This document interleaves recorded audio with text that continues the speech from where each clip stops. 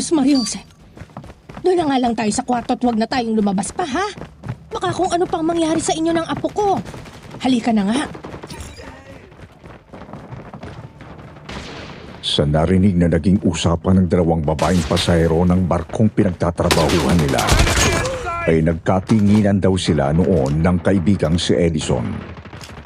Sabi ni Lolo Pablo, pareho raw silang pinangilabutan ng sandaling yun, lalo na at yung description ng aswang ayon dun sa babaeng buntis ay katulad daw nang nakita ni Lolo Pablo kanina.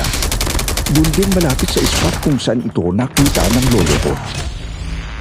Napasunod tuloy sila ng tingin sa dalawang babaeng yon na naglakad ng mabilis pabalik sa kanilang kwarto. Sa tingin mo ba, pare? Totoo ang sinasabi ng dalawang yun? Grabe, pare. Kinikilabutan ako.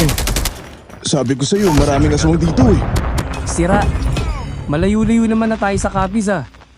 Baka naman tinatakot na ng dalawang yun ang mga sarili nila. Alam mo naman mga probinsyano at probinsyano. Maraming mga pinaniniwala ang pamahiin na kadalasan hindi naman totoo. Kung ako sa'yo, huwag mo na lang takutin yung sarili mo para naman... Teka, anong amoy yun? Naamoy mo yun, pre? Oo nga, no. Parang ang lansa. Hinaluan pa ng amoy ng patis. Ang baho. Ha? Narinig mo ba yun, pare? Oo, pare. Ngayon mo sabihin hindi totoong may aswang tayo pasahero ngayon sa barkong to, ha? Nagbuting-buting daw bigla noon ang pawis sa noon ni Lolo Pablo.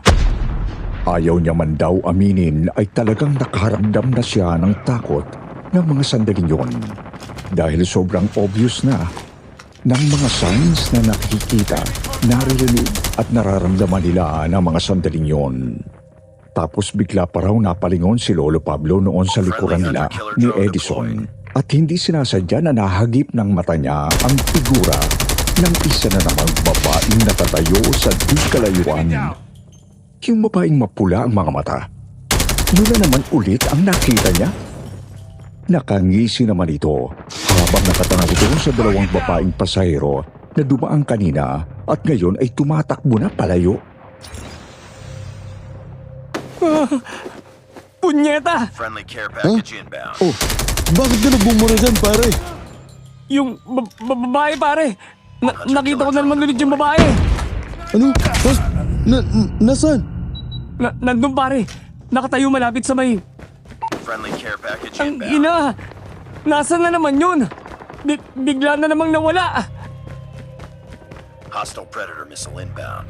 UAV online. Para daw silang naiengkanto ng mga sandaling yon. Kahit si Edison, napakapit ng mahigpit kay Lolo Pablo. Nakala mo batang nanghihingi ng saklolo. Pero hindi raw itong magawang sitahin ni Lolo Pablo dahil kahit naman siya ay ganoon din ang nararamdaman ng mga sandaling yon. Sa sobrang takot daw noon ng dalawang magkaibigan, ay bigla na lang silang napaantanda at napadasal. Pagkatapos ay inaya niya ng lumipat ng pwesto si Edison. Doon sila nagpunta sa mataong parte ng barko. Para naman kahit papano ay mabawasan ang takot na nararamdaman nilang dalawa. Paring Pablo, dito ka muna saglit, ha? Magbabanyo lang ako. Medyo bigla kasi sumakit ang tiyan ko dahil yata sa nervyos. Ganun ba? O siya, sige. Ako na munang bahalang maglinis dito. Bilisan mo ah.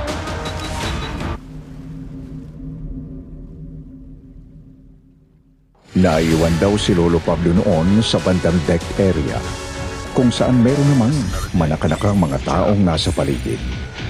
Nagsimula raw siyang magpulot ng mga